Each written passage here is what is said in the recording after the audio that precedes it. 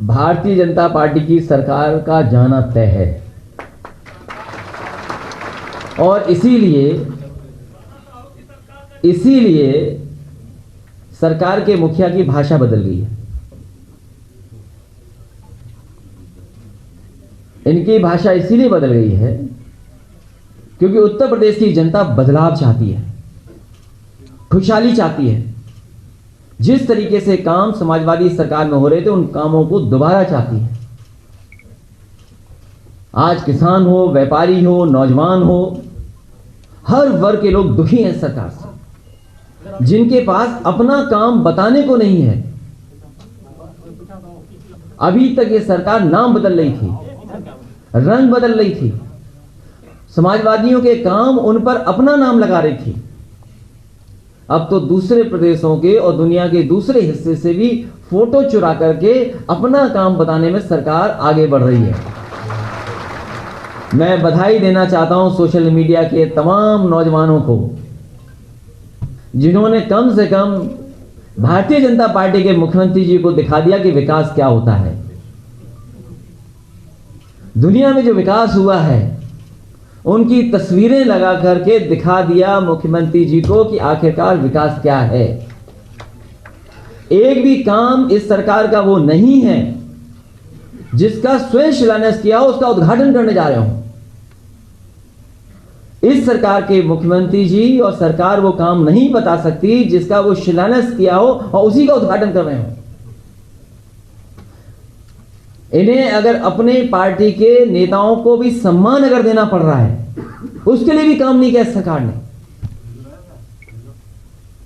अपनी पार्टी के नेताओं को भी सम्मान देने के लिए इनके पास काम नहीं है, और अगर कोई काम चुरा रहा है तो समाजवादियों का काम चुरा करके अपने नेताओं के नाम लिखते हैं।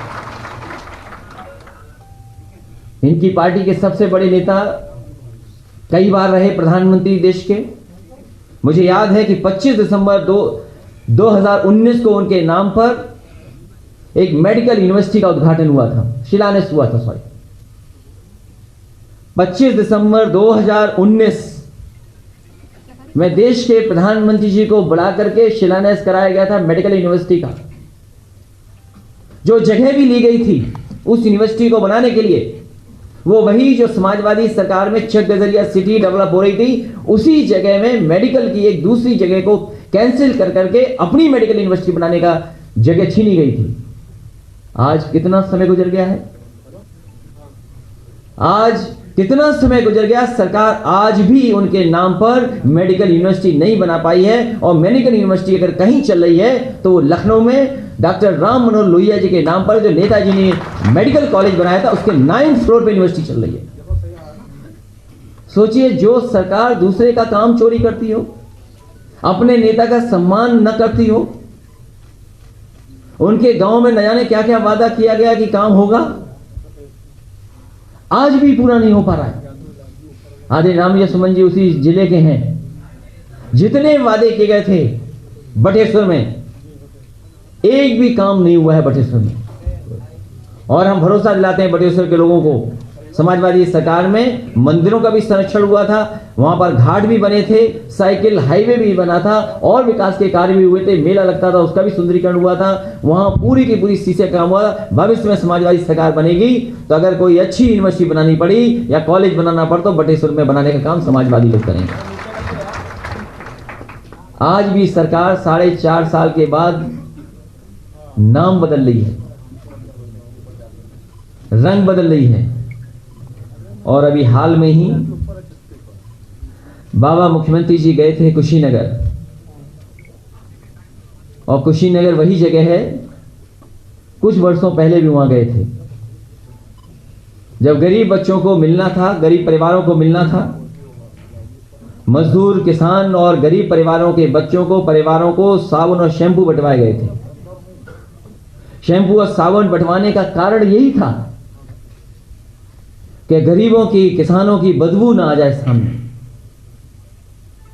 4 साल पहले कुशीनगर में गरीबों को, किसानों से मिलने के लिए उन्हें साबुन, शैंपू बंटवाया गया था, और बदबू ना जाए इसलिए वो नहा करके आए।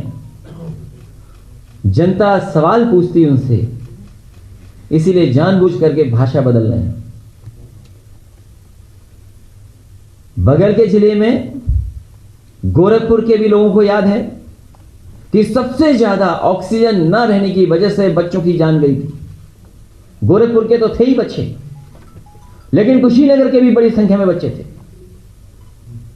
इस सरकार ने ऑक्सीजन छीनी है और आपने देखा है कोरोना के समय पर, कोविड के समय पर लोग भागते रहे, लोग इंतजाम करते रहे। इस सरकार ने न दवाई का इंतजाम किया, न बेड का इंतजाम किया, लोगों को अनाज छोड़ दिया और ऑक्सीजन का भी इंतजाम नहीं कर पाई, जिससे बड़ी संख्या में लोगों की जान चली गई। इस सरकार ने किसानों के साथ धोखा किया, क्या कि आय दोगुनी हो जाएगी, किसानों की फसल की पैदावार की कीमत अच्छी मिलेगी, आय दोगुनी कर दी जाएगी,